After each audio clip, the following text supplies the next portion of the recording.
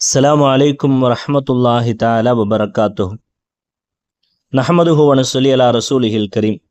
ரமலானினுடைய இரண்டாவது பத்தான பாவம் மன்னிப்பின் பத்திலே இருக்கிறோம். அல்லாஹ் நம்மின் குடும்பத்தார்கள், வாரிசுகள் என அனைவர்களின் பாவங்களையும் அல்லாஹ் மன்னித்து நல்லோர்களின் பட்டியலில் அனைவர்களையும் சேர்த்து அருள் புரிவானாக. ஆமீன். வாழ்விலே நிறைய நேரங்கள் நிறைய துஆக்களை செய்கிறோம். அந்த துஆக்களில் அங்கீகாரம் இல்லாமலேயே, அதாவது கேட்டது கிடைக்காமலேயே பல நேரங்கள் கடந்து விடுகிறது.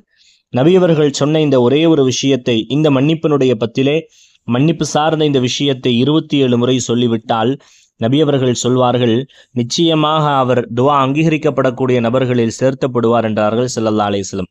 இந்த ஹதீஸை அபூ தர்தா ரலியல்லாஹு அன்ஹு அவர்கள் அறிவிக்கிறார்கள். தப்ரானி என்ற ஹதீஸ் கிதாபிலே பதிவு செய்யப்படுகிறது.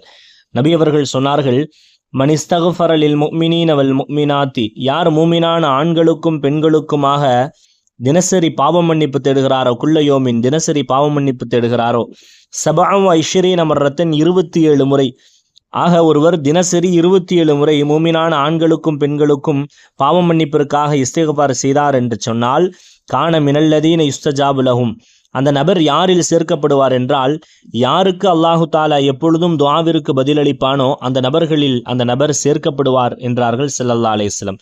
ஆக தினசரி நம்மின் வாழ்விலே 27 முறை மூமினான ஆண்களுக்கும் பெண்களுக்கும் பாவ மன்னிப்பிற்காக நாம் இஸ்திக்ஃபார் செய்வோம் என்று சொன்னால், துஆ ஏற்றுக்கொள்ளப்பட்ட மக்களில் அல்லாஹ் நம்மை சேர்த்து விடுவான் என்றார்கள் ஸல்லல்லாஹு அலைஹி வஸல்லம். அப்படின்னா என்ன கேட்டால் அல்லாஹு தாலா நம்முடைய துஆவை கபூல் செய்து தந்து விடுவான்.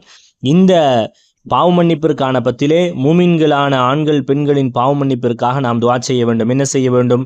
ஸ்கிரீனிலே தெரியக்கூடிய இந்த வார்த்தையை தினசரி 27 முறை சொல்லி பாருங்கள். அல்லாஹ் நீங்கள் கேட்கிற அனைத்தையும் தருவான். அல்லாஹும்ம ஃபிர் லில் முஃமினீன வல் முஃமினாத், அல்லாஹும்ம ஃபிர் லில் முஃமினீன வல் முஃமினாத். யா அல்லாஹ், மூமினான ஆண்களுக்கும் பெண்களுக்கும் நீ பாவ மன்னிப்பை கொடுத்து விடு, அவர்களை மன்னித்து விடு என்ற இந்த திக்ரை, இந்த வார்த்தையை, இந்த துஆவை உங்களின் வாழ்விலே தினசரி 27 முறை நீங்கள் சொல்லி பாருங்கள்.